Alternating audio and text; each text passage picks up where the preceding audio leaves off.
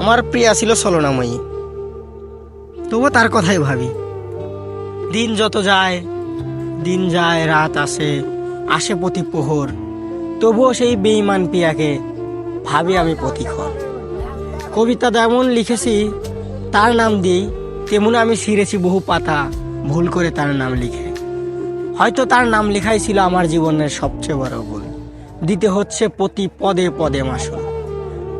তার লেখা নামের কারণে লিখতে পারেনি নিজের নাম নিজের পরিবারে, লিখতে পারেনি নিজের বাড়ির মনে, লিখতে পারেনি পরিবারের সবার মনে। সমাজ থেকে বন্ধু বান্ধব সবাই গেছে হারিয়ে, তবুও সেই বেঈমানের নাম আজও জপি প্রতি ক্ষণে ক্ষণে। বেঈমান, দূরে থাকলেও মনে রেখো, তোমার নাম আমি এখনো নেই। এখনো মনে পড়ে ওই ভোরবেলা যখন তোমার সাথে আমার সম্পর্ক ছিল।